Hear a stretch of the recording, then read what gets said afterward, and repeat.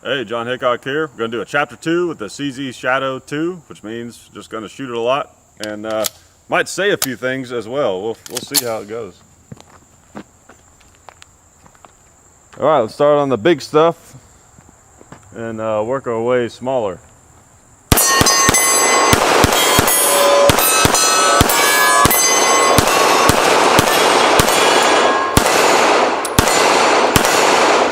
All right, let's put another mag in.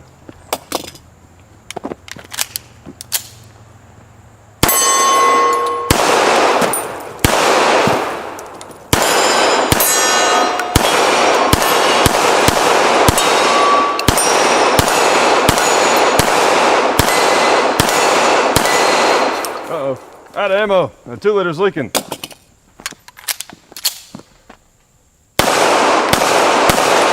we go. Look at that, still had a little pep in his step. Let's go ahead and take out the orange one. And shoot that red tongue target down there.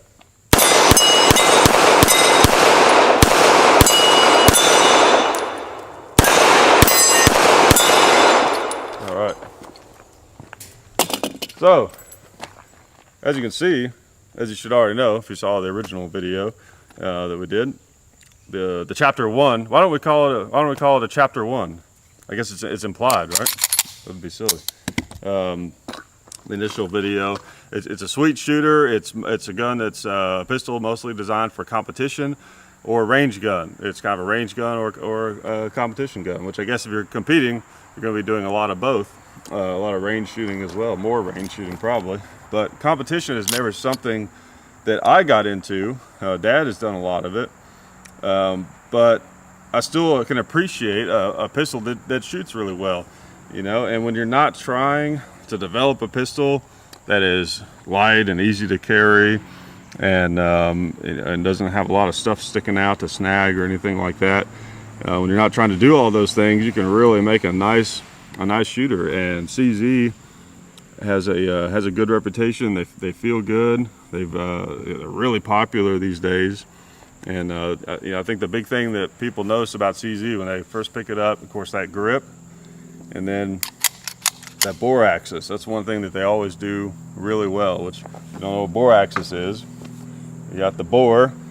It should be pretty straight, right? So you got a line coming back here, and then you got as far up as you can get the back of your hand, which is kind of like the I wish I had paid more attention in school. I don't feel like fulcrum is the right word, but let's say, you know, the force of the handgun is coming back right here into your hand, so the distance between that and the straight line, what you hope is a straight line, where the bore is, the axis of that is your bore axis.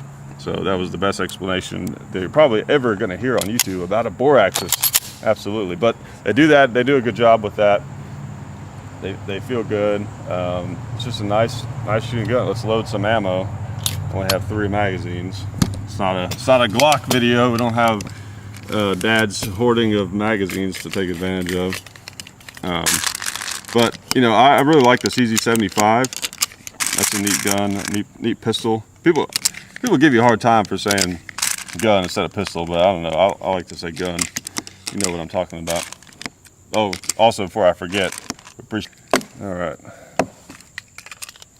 mags are pretty nice. You know, one thing, I'm a real magazine snob. I get really annoyed on magazines where the follower kind of dips like that. It kind of makes it hard to load sometimes. These seem pretty solid. Now I will say while I'm loading, one of the things that bugs me about CZ pistols is also something that I like about them, where the slide fits down into the frame the way it does. That's how you get that great bore axis, but it also doesn't give you a lot to grab onto when you're pulling the slide back, and that can be kind of annoying sometimes. That really does kind of bug me, but I think it's probably worth it. You know, probably. But on a carry gun, you know, something like this, it's absolutely worth it. No question about it. This gun is all about the shootability. But for a carry gun, you know, that was set up like this, you know, with the slide not being very tall, you know, I don't know. I'd almost be willing to sacrifice a little bore axis just so I feel more confident about, you know, being able to grab a hold of that. You know, they did a good job of putting some really aggressive serrations on here. And again, this is like a competition gun, but I'm just saying, if I had a carry gun that was set up like this, I think that would bug me, I think. But for this thing, it's not a problem. And one other thing too, I want to point out the sights. The sights are pretty nice, as you'd expect on something like this. But one thing I don't understand is, see if set that up there where Dad can look at it while I'm explaining it. Is you see where they've kind of beveled this a little bit, which the only thing I can come up with, and maybe there's something I'm not aware of, is why they would have done that was, you know, to make it to where it wouldn't snag on something as easily. But for a pistol like this, it's really not necessary, because it's, you know, it's way too heavy to be considered a real carry gun, probably. And I don't, you know, I kind of prefer where the sights where it's squared off in the back. You know, I like those big, tall, you know, kind of competition style adjustable rear sights. It's big and tall and squared off. I feel like I can just get a really nice, clear sight picture, and it's easy to pick up. For some reason, I don't know, this doesn't pick up as well for me as I would like it to, and I think it's partly because of that, but it's not bad. I mean, you've got that nice fiber optic front, which is kind of a must-have on a pistol like this. But you know, that's just kind of a small nitpicky thing. That'd be something you could definitely change out. A lot of real hardcore guys would probably want to put their own sights on a, you know, a pistol they're doing a lot of competition with anyways. Of course, big old honking mag release. Dad pointed out that in the original video that, you know, his finger was hitting it. It does mine too, but it doesn't bother me too much. Okay, let's try some stuff over on the other hill. It's got a nice trigger, very nice trigger. So it's all my fault if I miss stuff. Let's start on, you know, there used to be a big tombstone down there that I'd like to start on. I don't know what happened to that, but we got this, like, I think it's like a 15-inch plate down there at the bottom. So we'll start on that and then kind of, you know, move up.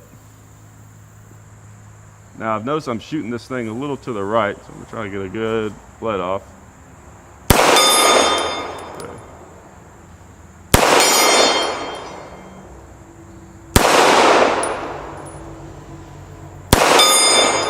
All right, let's, I'll try some, I'm gonna shoot at some of those turkeys there on that kind of middle row.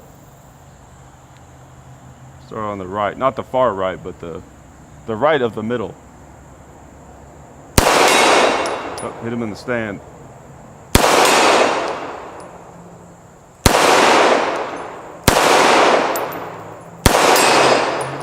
There we go.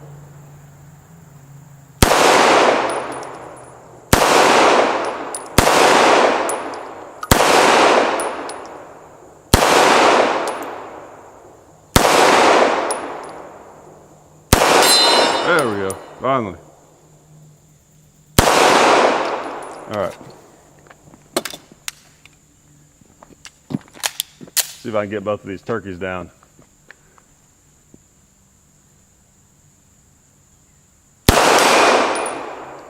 I hit him somewhere, probably hit him too low.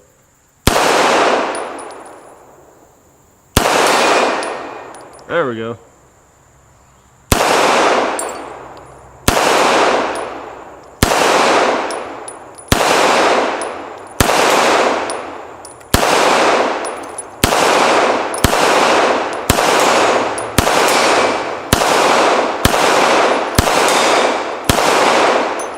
Got him a couple times, he wouldn't fall. So it's a nice shooter. It like I said, I don't love that rear sight, but you know, it's not a big problem. Oh, I had another magazine. What am I doing? You're supposed to shoot till you're empty. All right, we're gonna knock that damn turkey down.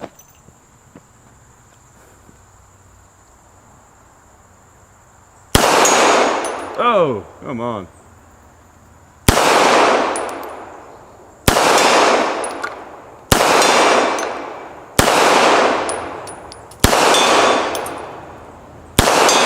There we go. Alright, I wasn't going to give up on him. Alright, let's try the gong. It's going to hold like right in the middle of it.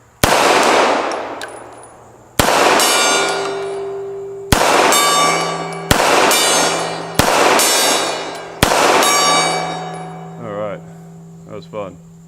Let's get this 2-liter down here. He's lonely. Send him to the afterlife with his other buddies.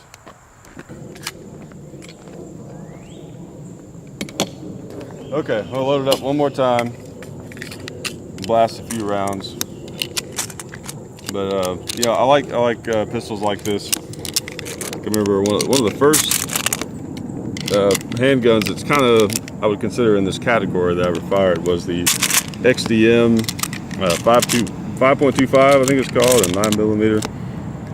And I don't know, I can't remember if Dad still has that or not, but that's a neat pistol. It holds like 37 rounds and a flush magazine. Something just not that many, of course. It was like 18 or 19 or something. And it was weird because I never liked the XDM trigger a whole lot, but I always felt like I shot it pretty well for some reason. And just smooth shooting guns. I think they call it like the practical, tactical, kind of type of firearms where they're just good range guns, but largely the purpose for them is competition.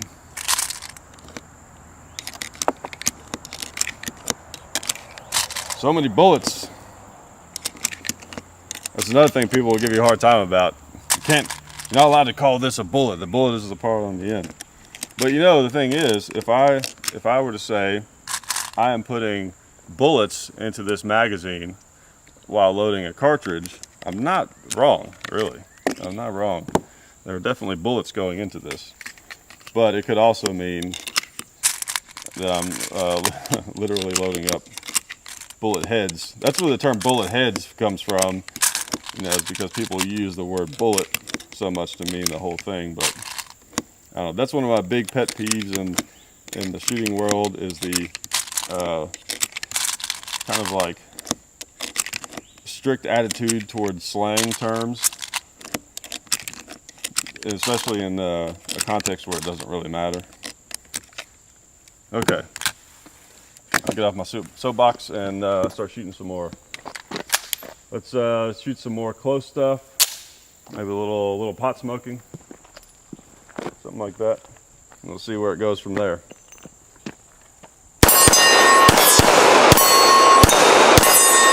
Cinder block.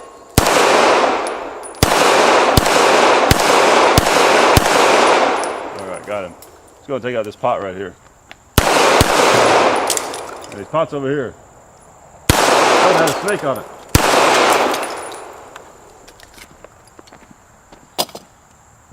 I hate it when snakes get into your pots. Look at that. It's like a frisbee. Oh, there's a couple more down here.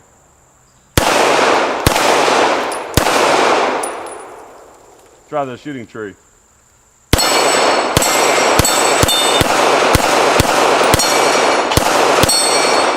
That's what happens when you try to go too fast.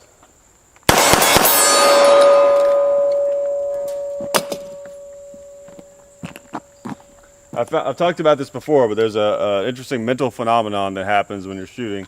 And I remember it happening a lot back when I used to play basketball, is you're doing something, you're trying hard to do it right, you've got the fundamentals in mind, you're in the zone, you're making shots, you're doing well, and then you start to get this thing in your head that like, oh, I got this, and then you sort of like abandon that for some reason, and then you start missing a bunch. You're like, oh, wait a minute, I forgot I actually had to try every time, and I don't know why, but it's just that whole thing just creeps in for me so often, and I think probably a lot of people. Okay, let's just finish this last magazine, dumping it into the barrel, and see how fast I can crank them out. So pretty much exhausted everything.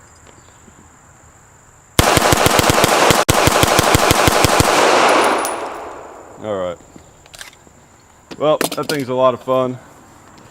It fired quite a few rounds. What would we do, like 9 full magazines? I'm not even gonna try to attempt to do the math on that. I'm not a math guy. You know, it seems to be as reliable as, pretty reliable as far as we can tell, basically, in the limited amount of shooting that we've done with it. You know, of course, like we always mention, I mean, a true test of reliability happened over multiple firearms, you know, bunches of different examples of the same firearm over, you know, periods of years and stuff like that. So it's always hard to know exactly how reliable something is. But, you know, you take it out, you shoot it a bunch, seems okay. You know, it's the best you can do to a certain extent. But CZ has a good reputation. They feel good. They're very well made pistols, and a lot of people like them. I'm definitely one of those people. I love the CZ75. I've always viewed the CZ75 as kind of like a, I don't know, that's not fair. I was going to say an improved Browning high power. That's not fair to our Lord and Savior John Moses Browning. But I will say that I do like it. I do prefer it. You know, it's a subjective thing. But I do prefer the CZ75 over the Browning high power. Anyways, I'll stop rambling. I hope you guys enjoyed the video, and we'll see you next time. Thanks. Oh, I didn't see you guys there. Just playing a little guitar on the range, as you do. I want to remind you guys, now that we're here at the end of the video, to please check out our friends over at SDI, the Sonoran Desert Institute. You can check them out at sdi.edu. They are a fully accredited online distance learning program where you can become certified in gunsmithing or get an associate's degree in firearms technology. So check them out, sdi.edu. And also, while you're here at the end of the video, there's actually some other places you can see some of our stuff, like hickok45.com, Hickok45 on Facebook, Hickok45 on Twitter, The Real Hickok45 on Instagram. We have some videos over on full30.com. There's a Hickok45 and Son YouTube channel. There's a John_Hickok45 Instagram, a John Hickok Facebook page. And don't forget to check out our store, which is on the website, hickok45.com. So I guess that's all I had to tell you. And I'll just leave you with a little amateur guitar playing.